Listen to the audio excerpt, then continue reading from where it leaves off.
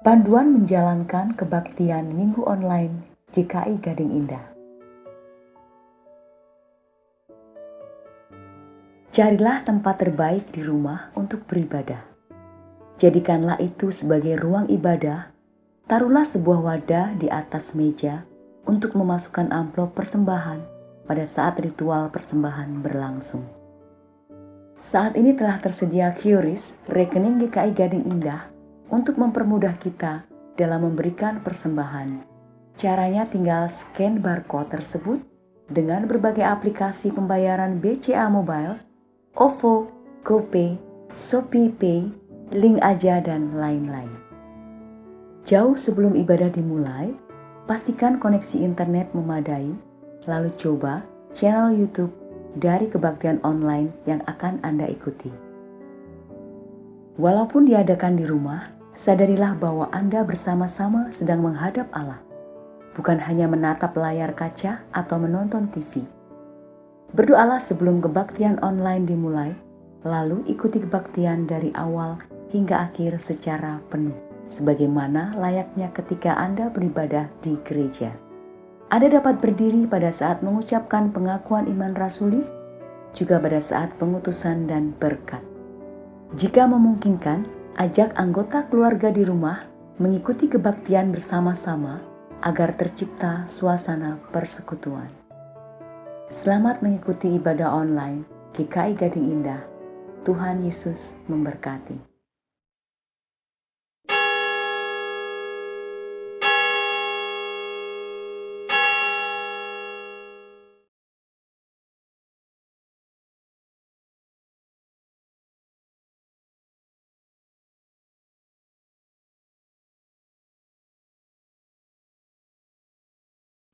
Selamat pagi Bapak Ibu yang dikasihi Tuhan Yesus Kristus. Selamat datang dan selamat beribadah di GKI Gading Indah. Sebelum ibadah dimulai, ada beberapa pokok warta yang perlu menjadi perhatian kita bersama.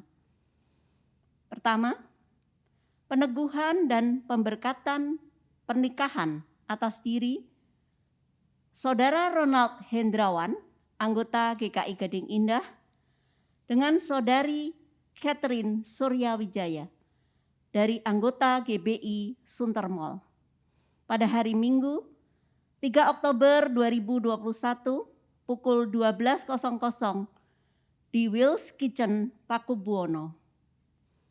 Yang kedua, Saudara Aditya Budi Dharma, anggota GKI Gading Indah, dengan Saudari Desiria Tanita Ardi, anggota GKI Gading Indah, pada hari Sabtu 9 Oktober 2021 pukul 10.00 di GKI Gading Indah.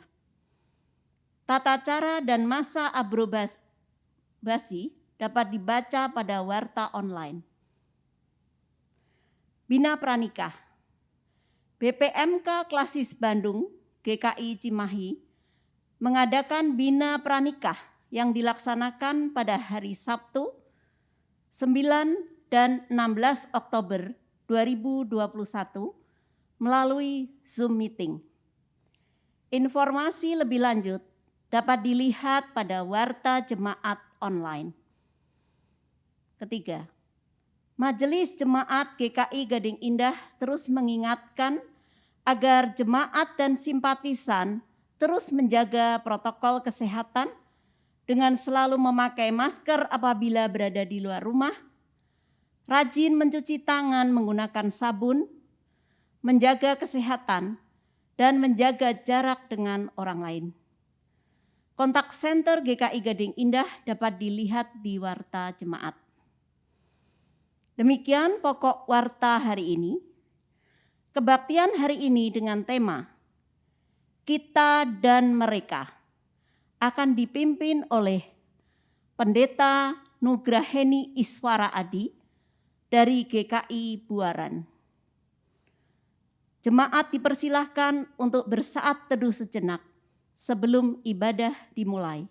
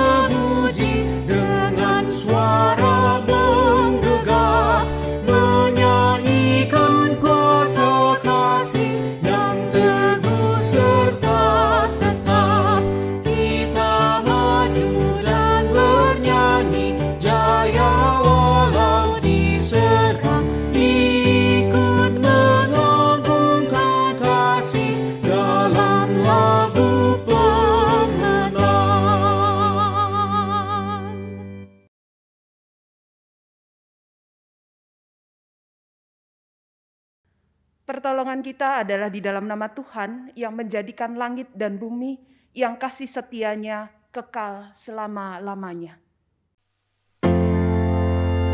Amin,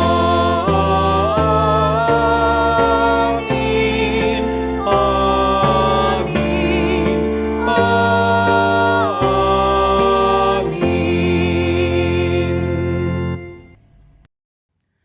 Salam sejahtera bagi saudara yang datang dalam nama Tuhan, Tuhan besertamu. Dan besertamu juga.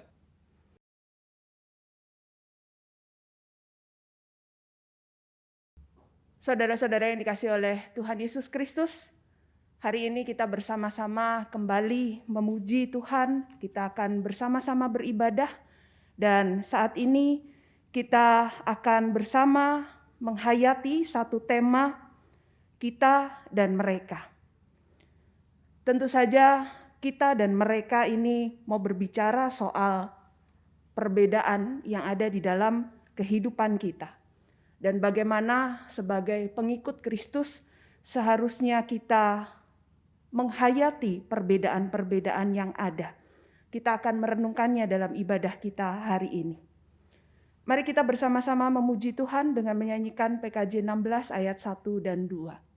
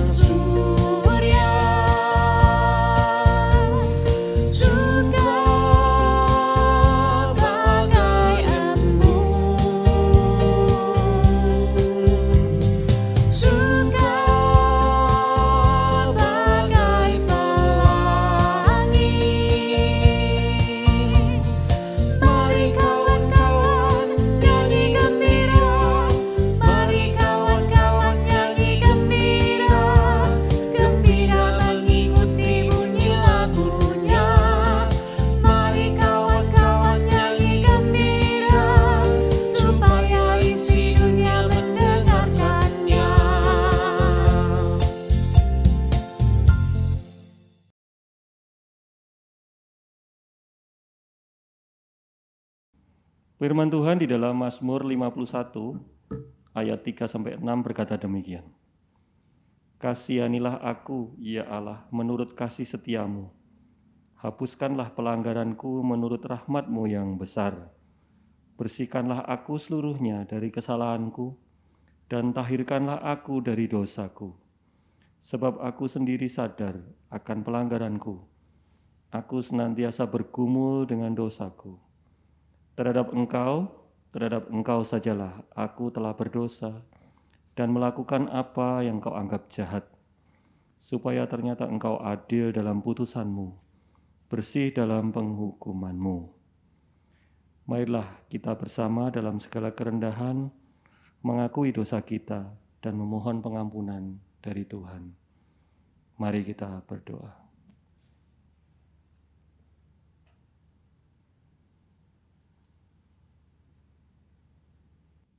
Tuhan Yesus, inilah doa-doa pengakuan dosa kami.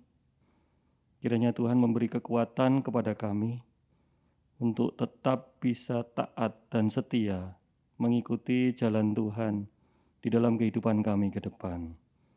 Di dalam nama Tuhan Yesus kami berdoa. Amin.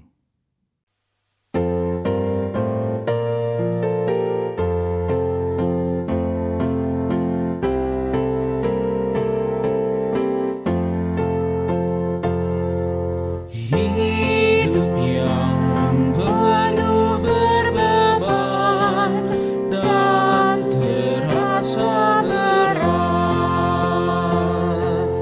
ringan semua di Kalvari, karena Yesus dekat. Ringan semua di Kalvari,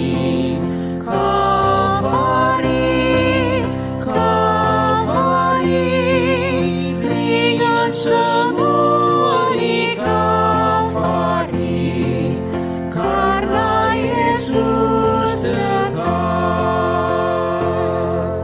Segenap kekhawatiranmu serahkan kepadanya.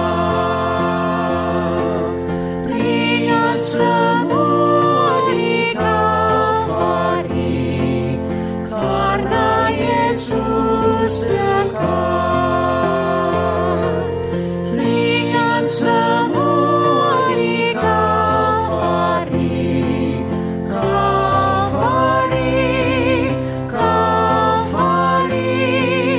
ringan semua di Kalvari, karena Yesus dekat.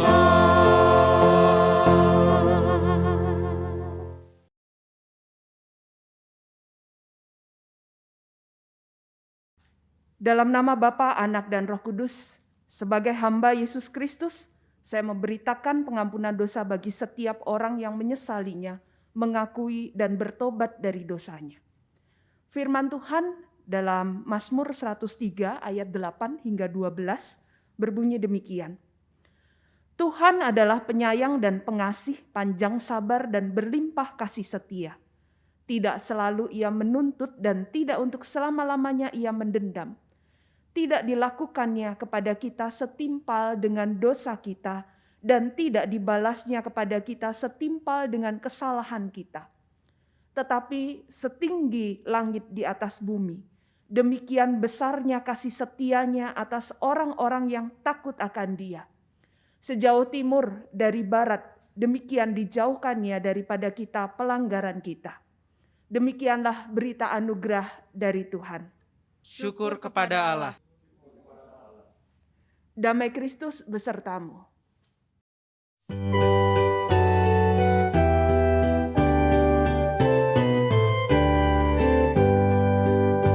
Sebuah nama yang permai, sedaplah ku dengar. Ku rindu menyanyikannya, membuat bergemar.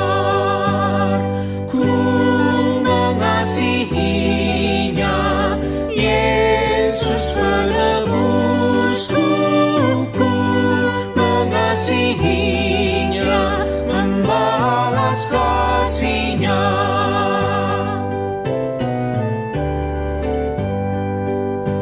Terungkap kasih dan berkat yang diberi Bapa-Ku. Meskipun jalanku berat, tetaplah langkahku. Ku mengasihinya, Yesus penebusku. Ku mengasihinya, membalas kasih-Nya.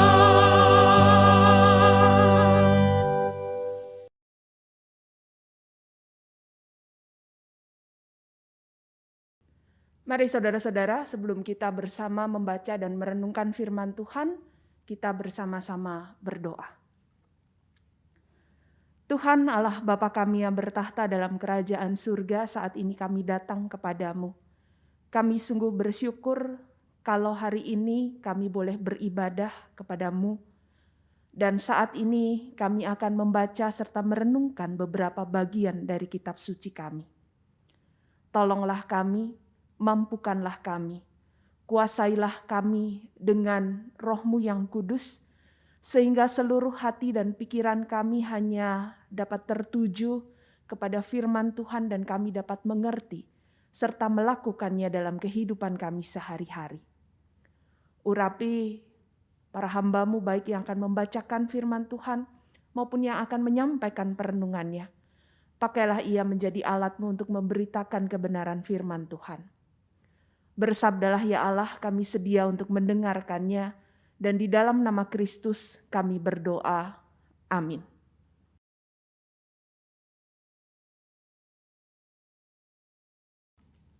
Bacaan pertama diambil dari kitab Bilangan 11 ayat 4-6, dilanjutkan 10-16 dan 24-29. Kitab Bilangan 11 ayat 4-6, dilanjut 10-16 dan 24-29. Orang-orang bajingan yang ada di antara mereka kemasukan nafsu rakus, dan orang Israel pun menangislah pula serta berkata, "Siapakah yang akan memberi kita makan daging?" Kita teringat kepada ikan yang kita makan di Mesir dengan tidak bayar apa-apa, kepada mentimun dan semangka, bawang prei, bawang merah, dan bawang putih. Tetapi sekarang kita kurus kering, tidak ada sesuatu apapun kecuali mana ini saja yang kita lihat. Ketika Musa mendengar bangsa itu, yaitu orang-orang dari setiap kaum, menangis di depan pintu kemahnya, bangkitlah murka Tuhan dengan sangat. Dan hal itu dipandang jahat oleh Musa. Lalu berkatalah Musa kepada Tuhan, "Mengapa kau perlakukan hamba-Mu ini dengan buruk? Dan mengapa aku tidak mendapat kasih karunia di mata-Mu? Sehingga Engkau membebankan kepadaku tanggung jawab atas seluruh bangsa ini. Akukah yang mengandung seluruh bangsa ini, atau akukah yang melahirkannya? Sehingga Engkau berkata kepadaku, pangkulah dia seperti pak pengasuh memangku anak yang menyusu. Berjalan ke tanah yang Kau janjikan dengan bersumpah kepada nenek moyangnya. Dari manakah aku mengambil daging untuk diberikan kepada seluruh bangsa ini? Sebab mereka menangis kepadaku dengan berkata, berilah kami daging untuk dimakan. Aku seorang diri tidak dapat memikul tanggung jawab atas seluruh bangsa ini, sebab terlalu berat bagiku. Jika Engkau berlaku demikian kepadaku, sebaiknya Engkau membunuh aku saja. Jika aku mendapat kasih karunia di mata-Mu, supaya aku tidak harus melihat celakaku." Ayat 16. Lalu berfirmanlah Tuhan kepada Musa, "Kumpulkanlah di hadapanku dari antara para tua-tua Israel 70 orang, yang kau ketahui menjadi tua-tua bangsa dan pengatur pasukannya. Kemudian bawalah mereka ke kemah pertemuan, supaya mereka berdiri di sana bersama-sama dengan engkau." Setelah Musa datang keluar, disampaikannya firman Tuhan itu kepada bangsa itu. Ia mengumpulkan 70 orang dari para tua-tua bangsa itu dan menyuruh mereka berdiri di sekeliling kemah. Lalu turunlah Tuhan dari dalam awan dan berbicara kepada Musa. Kemudian diambilnya sebagian dari roh yang hinggap padanya dan ditaruhnya atas ke-70 tua-tua itu. Ketika roh itu hinggap pada mereka, kepenuhanlah mereka seperti nabi. Tetapi sesudah itu tidak lagi. Masih ada 2 orang tinggal di tempat perkemahan, yang seorang bernama Eldad, yang lain bernama Medad. Ketika roh itu hinggap pada mereka, mereka itu termasuk orang-orang yang dicatat tetapi tidak turut pergi ke kemah. Maka kepenuhanlah mereka seperti nabi di tempat perkemahan. Lalu berlarilah seorang muda memberitahukan kepada Musa, Eldad dan Medad kepenuhan seperti nabi di tempat perkemahan. Maka menjawablah Yosua bin Nun, yang sejak mudanya menjadi abdi Musa. Tuanku Musa, cegahlah mereka. Tetapi Musa berkata kepadanya, apakah engkau begitu giat mendukung aku? Kalau seluruh umat Tuhan menjadi nabi, oleh karena Tuhan memberi rohnya hinggap kepada mereka. Demikianlah sabda Tuhan. Syukur kepada Allah.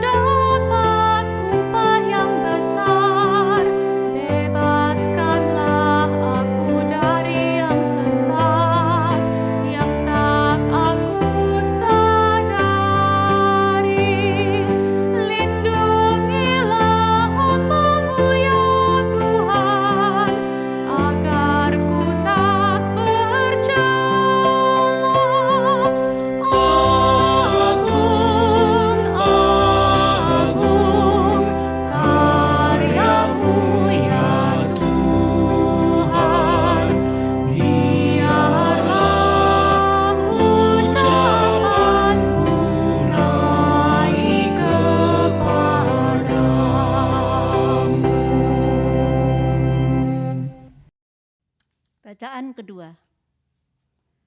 Bacaan diambil dari Yakobus 5 ayat 13 sampai dengan 20. Yakobus 5 ayat 13 sampai dengan 20. Kalau ada seorang di antara kamu yang menderita, baiklah ia berdoa. Kalau ada seorang yang bergembira, baiklah ia menyanyi.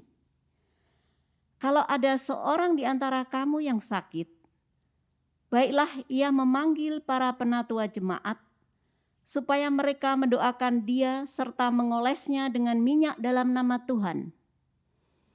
Dan doa yang lahir dari iman akan menyelamatkan orang sakit itu, dan Tuhan akan membangunkan dia.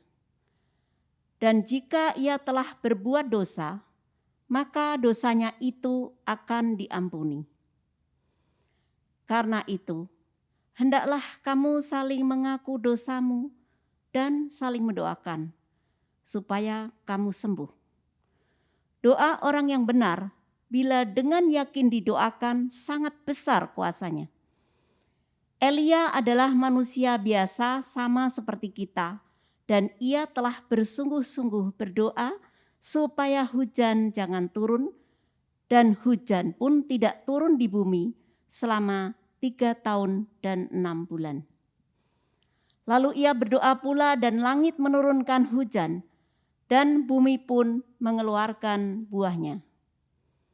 Saudara-saudaraku, jika ada di antara kamu yang menyimpang dari kebenaran dan ada seorang yang membuat dia berbalik, ketahuilah bahwa barang siapa membuat orang berdosa berbalik dari jalannya yang sesat, ia akan menyelamatkan jiwa orang itu dari maut dan menutupi banyak dosa. Demikianlah sabda Tuhan. Syukur kepada Allah.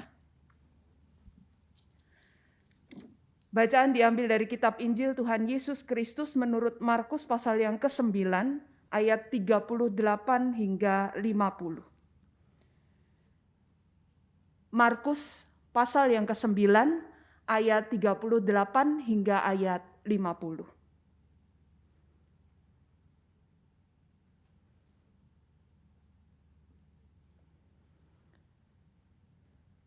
Kata Yohanes kepada Yesus, "Guru, kami lihat seorang yang bukan pengikut kita mengusir setan demi namamu. Lalu kami cegah orang itu karena ia bukan pengikut kita." Tetapi kata Yesus, "Jangan kamu cegah dia.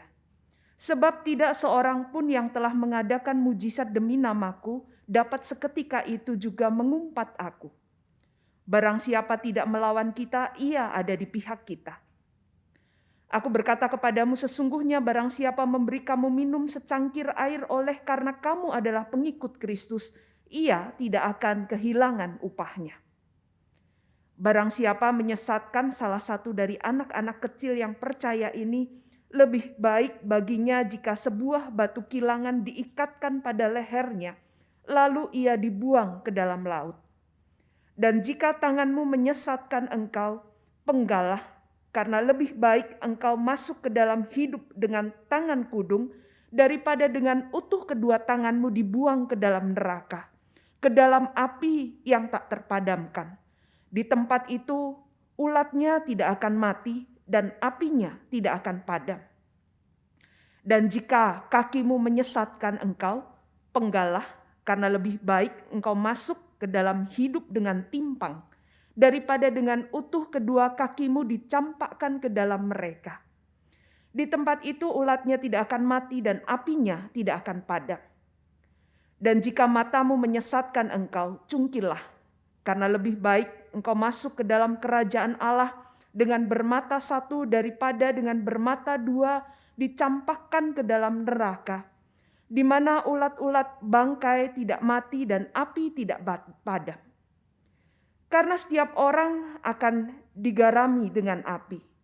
Garam memang baik, tetapi jika garam menjadi hambar, dengan apakah kamu mengasinkannya? Hendaklah kamu selalu mempunyai garam dalam dirimu dan selalu hidup berdamai yang seorang dengan yang lain. Demikianlah Injil Tuhan Yesus Kristus. Berbahagialah mereka yang mendengarkan firman Allah dan yang memeliharanya. Haleluya. Haleluya, haleluya, haleluya.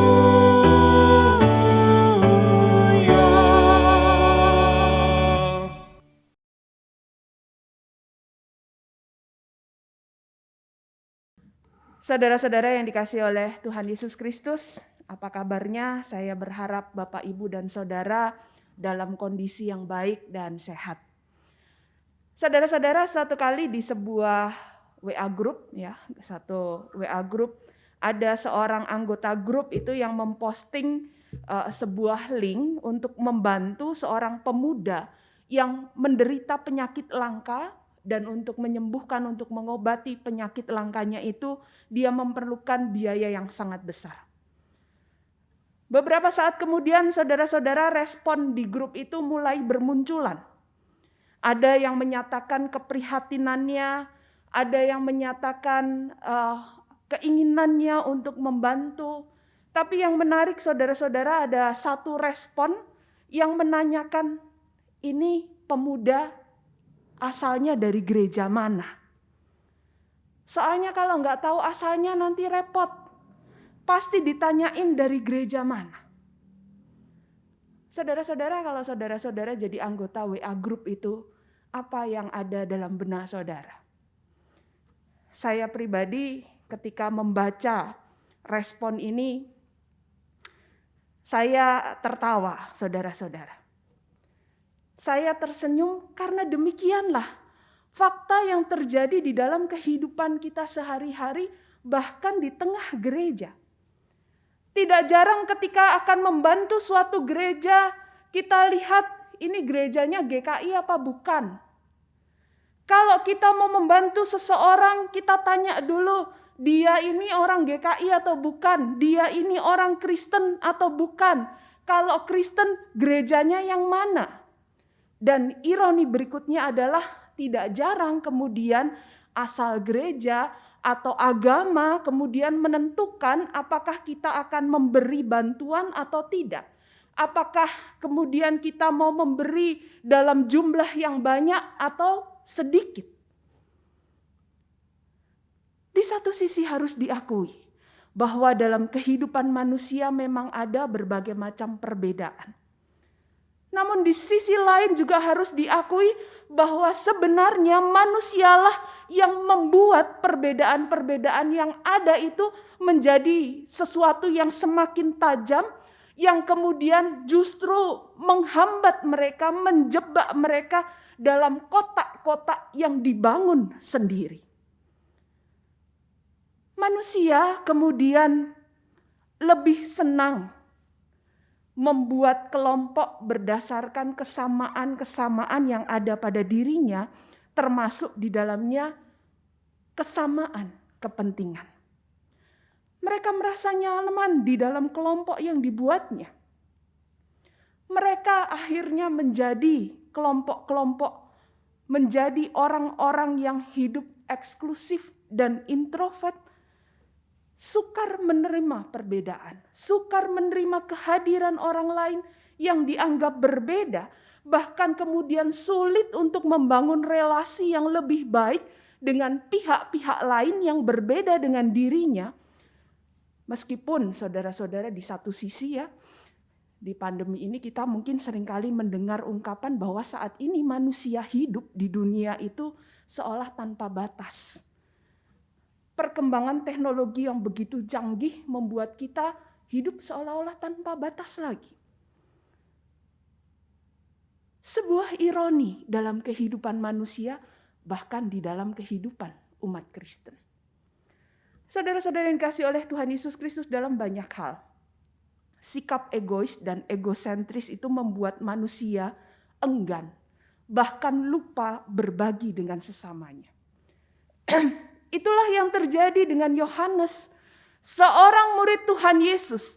Dia segera melancarkan protes keras kepada sang guru ketika mendengar ada seseorang yang bukan bagian dari mereka bisa melakukan mujizat dalam nama Tuhan Yesus. Saudara-saudara, rupanya Yohanes ini masih belum puas dengan jawaban Tuhan Yesus mengenai siapa yang terbesar di antara para murid. Akibatnya, sikap yang tertutup dan eksklusif ini ditunjukkan oleh Yohanes dan dia tidak bisa bersikap bijaksana dalam menanggapi peristiwa yang terjadi. Berbeda dengan Tuhan Yesus. Sikap Tuhan Yesus justru memberi ruang bagi orang lain yang bekerja dalam namanya. Tuhan Yesus justru menunjukkan sikap yang sangat terbuka. Dia welcome dengan semua orang yang bekerja dalam namanya. Bagi Yesus, sepanjang yang dilakukan oleh orang itu adalah memperkenalkan kasih Allah dan membawa kebaikan. Tentu saja itu bukan masalah. Bahkan dengan ekstrim Tuhan Yesus memberikan contoh, jika ada seorang yang memberikan air kepada seorang pengikut Kristus, maka dia tidak akan kehilangan upahnya. Saudara-saudara, Tuhan Yesus menginginkan supaya para pengikutnya ini bisa menjadi berkat dan tidak hanya bagi orang lain, bagi kelompok mereka sendiri saja, tetapi juga lebih banyak orang. Tuhan Yesus menginginkan para pengikutnya itu menjadi berkat bahkan bagi orang-orang yang bukan pengikut Kristus. Dan hal senada ini juga diungkapkan oleh penulis surat Yakobus. Penulis surat Yakobus mengingatkan supaya setiap pengikut Kristus memiliki empati, memiliki kepedulian kepada orang, dan bukan memiliki sikap yang egosentris. Penulis surat Yakobus mengingatkan supaya setiap pengikut Kristus itu tidak memiliki sikap egosentris tetapi altruistik. Bukan sikap yang eksklusif tapi inklusif, dan semua itu dalam rangka menghadirkan kasih Allah. Karena begitulah Allah memperkenalkan dirinya dalam dunia ini. Allah yang mau repot masuk menyatu dalam kehidupan manusia secara penuh dengan segala problemanya. Dan inilah yang seharusnya juga diperkenalkan oleh para pengikut Kristus saat ini. Saudara-saudara yang dikasihi oleh Tuhan Yesus Kristus, hari ini kita diajak untuk menghayati tema kita dan mereka. Memang tidak dapat dipungkiri bahwa dalam kehidupan sehari-hari kita dan mereka adalah mungkin pribadi-pribadi yang berbeda. Namun seharusnya kita dan mereka itu tidak menjadi jurang pemisah yang tajam yang membuat kita hidup terbatas dalam batasan-batasan yang kita buat sendiri. Kita diingatkan bahwa perlu ada upaya untuk membuka diri dan menerima perbedaan-perbedaan antara kita dan mereka. Dan kalau kita ngomong membuka diri kita sadari bukanlah perkara yang mudah untuk dilakukan. Mungkin kita ngomong nanti dulu. Membuka diri kepada siapa dulu? Memang saudara-saudara harus diakui ada banyak kondisi dan keadaan yang membuat kita menjadi pribadi atau kelompok yang cenderung tertutup bahkan eksklusif. Banyak orang yang bertindak anarkis karena takut kehilangan pengikutnya. Banyak orang yang takut kehilangan identitas atau jati dirinya ketika dia membuka diri. Banyak orang yang merasa takut kehilangan zona nyamannya ketika dia mau memberi ruang bagi yang lain untuk masuk dalam kehidupannya. Ada pula yang takut kehilangan kenangan masa-masa kejayaan yang pernah diraihnya dulu. Saudara-saudara, di tengah kehidupan yang mengajak kita untuk bersikap egois dan tertutup ini, kita diingatkan untuk tetap menghadirkan kebaikan, untuk tetap menghadirkan hal yang positif di dalam kehidupan ini. Ibaratnya lautan, saudara-saudara. Setiap hari laut itu menerima banyak hal dari manusia. Tapi yang diterima laut itu bukan hanya yang baik-baik saja, saudara-saudara. Hampir segala macam limbah yang dihasilkan manusia, muaranya adalah ke laut. Namun apakah laut memberikan yang buruk bagi manusia? Tidak, saudara-saudara. Laut malah memberikan berbagai kekayaan yang positif bagi manusia, mulai dari minyak bumi hingga aneka macam ikan, garam, dan sebagainya. Begitu pula dengan kehidupan orang Kristen. Di tengah banyak hal yang negatif di sekitar kita, mari kita tidak menjadi negatif juga, tidak menjadi apatis terhadap keadaan masyarakat kita. Namun bagaimana kita berusaha menjadi laut yang memberikan hal yang baik, yang positif, seperti yang telah diteladankan oleh Tuhan Yesus.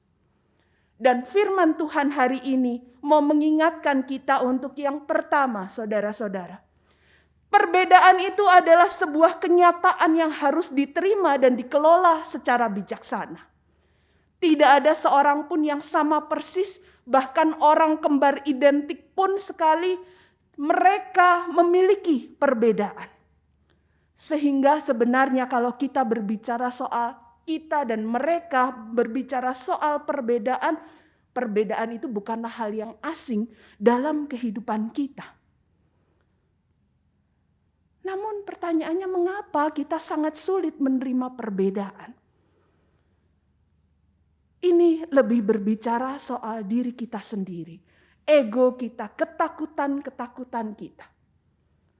Saudara-saudara, saya merasa beruntung bisa mengenyam pendidikan SMP dan SMA itu di sekolah negeri.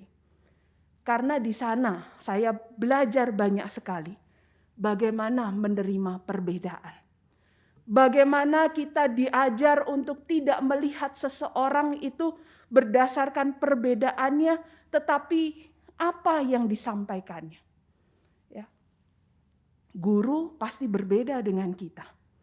Tetapi bukan melihat dia dalam sosok saya dan dia berbeda agamanya. Tetapi bagaimana saya bisa belajar dari dia, dari disiplin ilmu yang dipelajarinya, dan bagaimana saya berinteraksi dengan teman-teman saya yang juga berbeda, dan bagaimana kita bisa menerima perbedaan itu. Hal yang kedua, saudara-saudara, perbedaan itu bukanlah sebagai pemecah belah, namun sarana yang sangat baik untuk saling melengkapi satu dengan yang lainnya. Dan kata kuncinya adalah saling. Saudara-saudara, Paulus memberikan sebuah ilustrasi yang sangat baik. Tubuh yang berbeda-beda namun saling melengkapi. Kadangkala mungkin sebagai generasi yang lebih tua, kita sulit menerima perbedaan-perbedaan yang terjadi karena perubahan zaman. Kita merasa ada gap yang terjadi antara kita dengan generasi yang lebih muda. Saudara-saudara, ini hanya satu dari sekian banyak perbedaan yang ada yang perlu disikapi secara bijaksana. Kita sebagai orang tua misalnya tentu saja masih memiliki peran untuk memberikan teladan yang baik bagi generasi muda. Dan dalam kehidupan kita sehari-hari, kita pun seharusnya menyadari bahwa kita pun tidak bisa hidup sendiri. Kita tetap membutuhkan orang lain, kita tetap membutuhkan mereka untuk melengkapi kehidupan kita. Dan disinilah kita mau melihat perbedaan itu bukan sebagai alat untuk memecah belah, tetapi sesuatu yang saling melengkapi, sehingga kehidupan kita menjadi lengkap dan bisa kita jalani dengan lebih baik lagi. Dan yang ketiga, saudara-saudara, kesadaran-kesadaran tersebut akan menolong kita untuk bersikap lebih terbuka terhadap siapapun. Terbuka secara bijaksana dalam arti bahwa kita tidak sembarang menerima, tetapi kita mau memberi ruang yang lebih luas untuk saling belajar, untuk saling melengkapi, untuk saling menata kehidupan yang lebih baik bersama-sama dalam rangka menghadirkan kasih Kristus di tengah kehidupan kita. baik sebagai pribadi, gereja, dalam kehidupan kita di tengah masyarakat. Sehingga kehidupan bersama yang lebih baik itu bisa tertata dan bisa dirasakan manfaatnya. Dan mari saudara-saudara, kita mewujudkannya dalam kehidupan kita sehari-hari sebagai pengikut Kristus. Amin.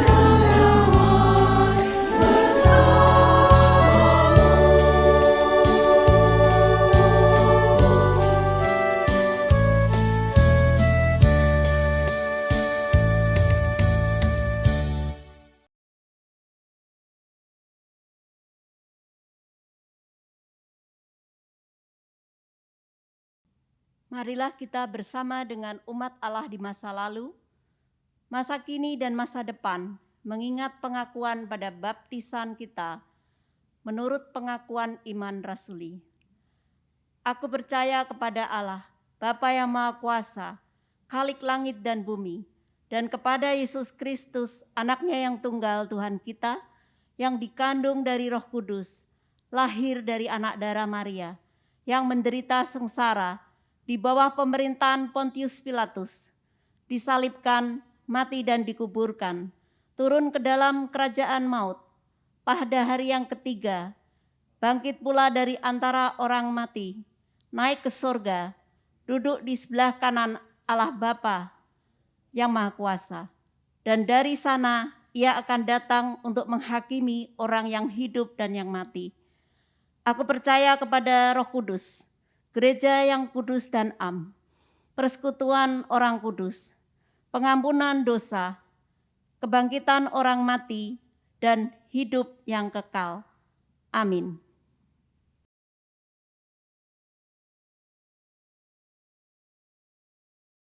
Pada hari Minggu, kita akan merayakan perjamuan kudus untuk menyambut dan ikut serta dalam perayaan itu.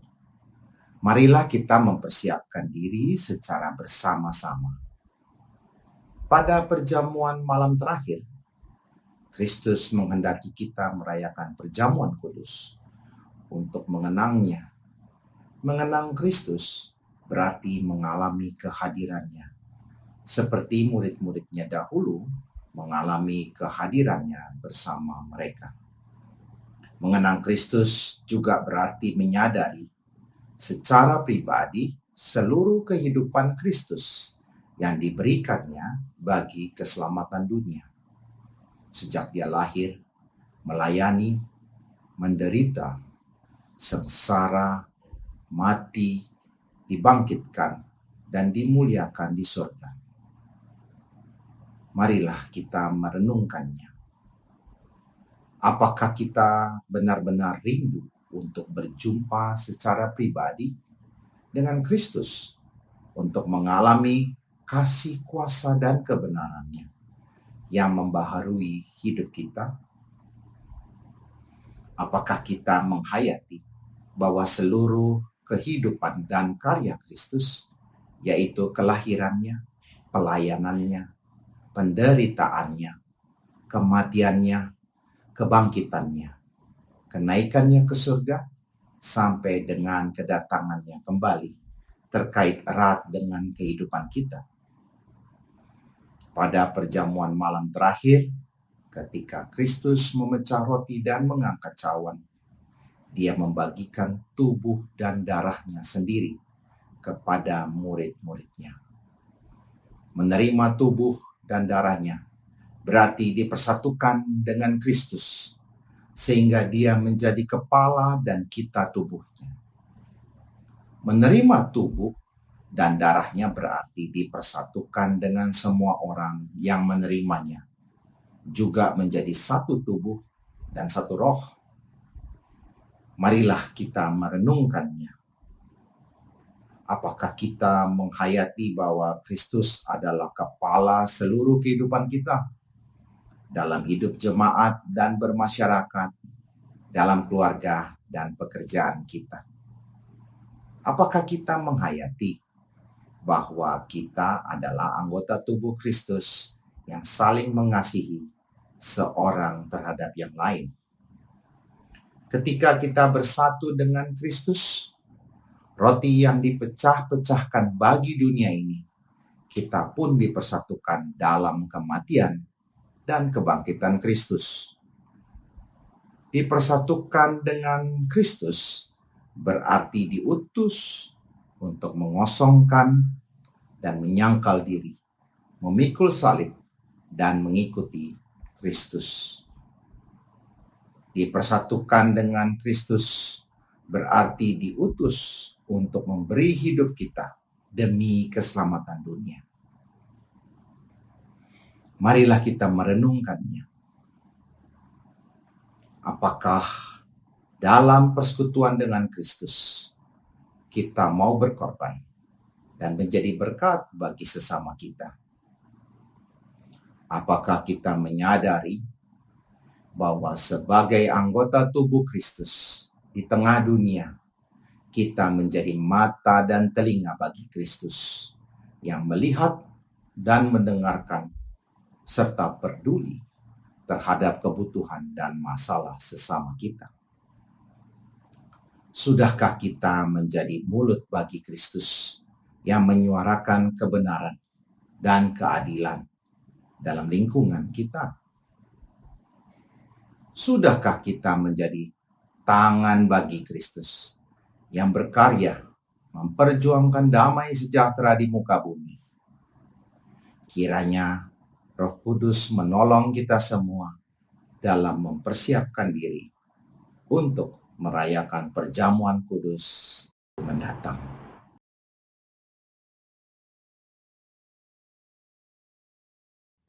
Mari saudara-saudara kita bersama-sama menaikkan doa syafaat kita. Ya Tuhan Allah Bapa kami yang bertahta dalam kerajaan surga, saat ini kembali kami datang menghadap kehadirat-Mu yang kudus. Ya Bapa, kami sungguh bersyukur kalau hari ini Engkau masih memberi kami kesempatan untuk boleh beribadah dalam ibadah hari Minggu. Meskipun kami masih belum bisa melakukannya bersama-sama di gedung gereja. Tapi kami percaya bahwa Engkau hadir di rumah kami masing-masing. Engkau hadir di dalam kehidupan kami, dan berkenanlah Engkau menerima ibadah kami hari ini. Sambil kami tetap memohon kiranya Engkau yang akan terus memampukan kami, supaya kami dapat bersikap bijaksana dalam menghadapi berbagai macam perbedaan yang ada di dalam kehidupan kami.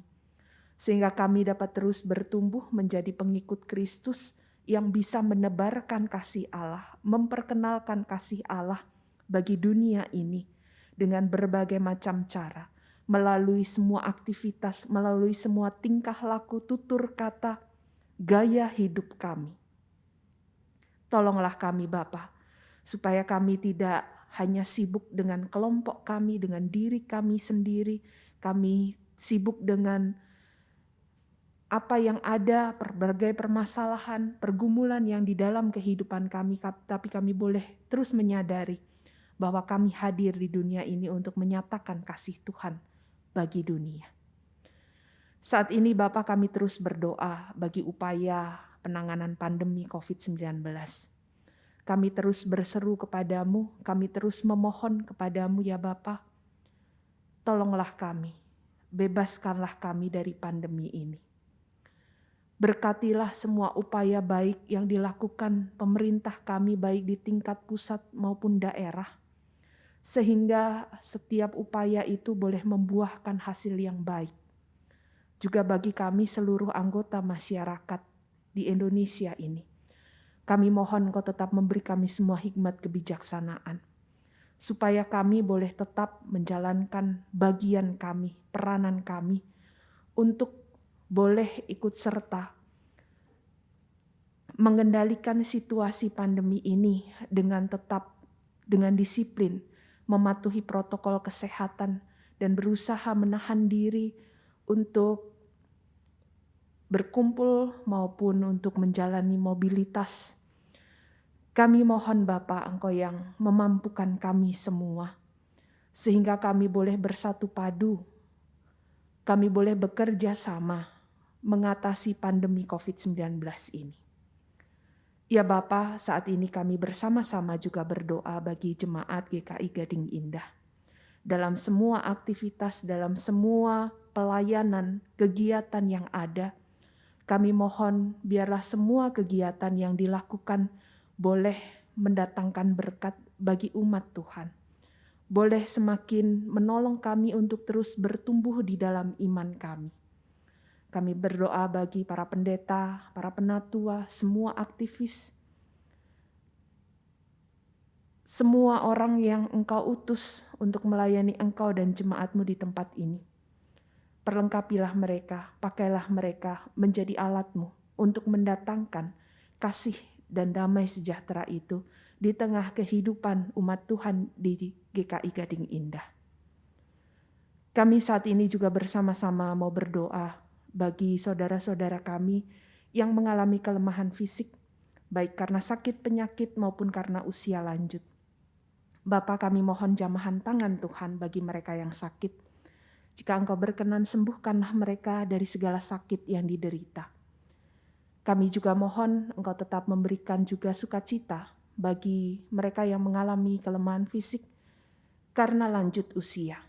Biarlah di masa tua mereka bisa tetap merasakan Tuhan yang bersama-sama dengan mereka, yang menguatkan mereka, yang hadir di dalam kehidupan mereka. Kami tetap memohon berkat Tuhan. Kami tetap memohon Engkau memberi kami semua kesehatan. Dan inilah doa-doa kami Bapa, yang kami alaskan hanya di dalam nama anak-Mu, Tuhan Yesus Kristus. Amin.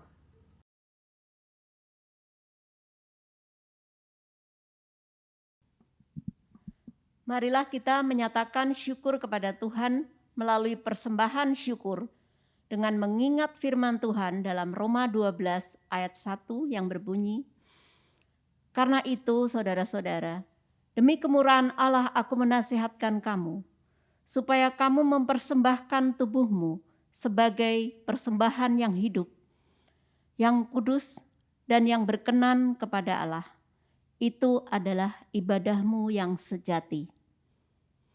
Jemaat yang dikasihi Tuhan, ungkapan syukur ini dapat diberikan dengan 3 cara. Yang pertama, dalam bentuk uang tunai dapat dimasukkan dalam amplop dan dipersembahkan pada saat kita nanti dapat beribadah bersama-sama. Yang kedua, dapat diberikan dengan cara transfer ke rekening BCA nomor 0948 488 488 atas nama GKI Jabar, GKI Gading Indah. Yang ketiga, scan QRIS GKI Gading Indah.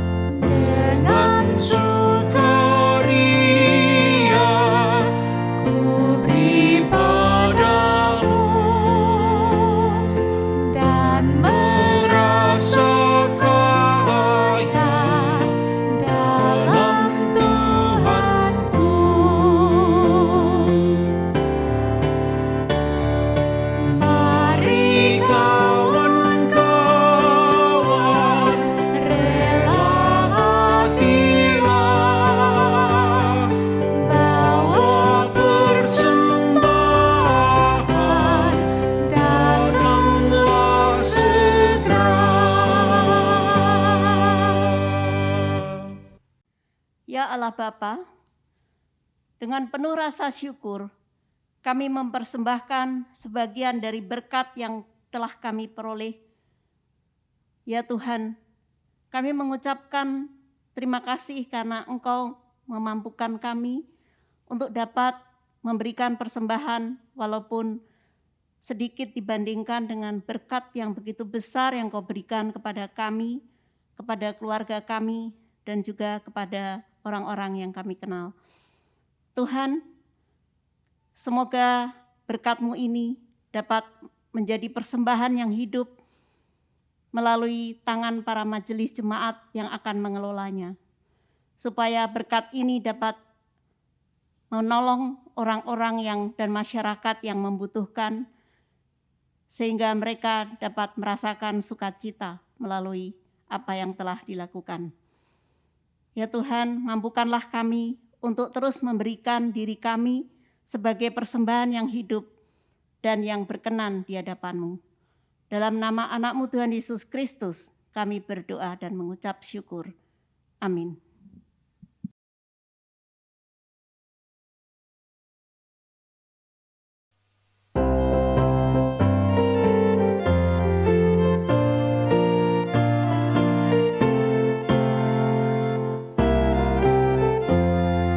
Janji yang manis takkan kulupakan, tak terombang-ambing lagi jiwaku.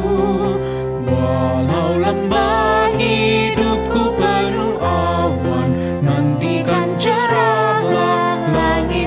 kekasihku. Kau tidak akan aku lupakan. Aku memimpinmu, aku membimbingmu. Kau tidak akan aku lupakan. Aku penolongmu, yakinlah teguh. Yakinkan janji kau tak kulupakan. Dengan sukacita aku jalan terus. Dunia dan kawan tiada ku harapkan. Satu yang setia, Yesus penebus. Kau tidak akan aku lupakan. Aku memimpinmu, aku membimbingmu.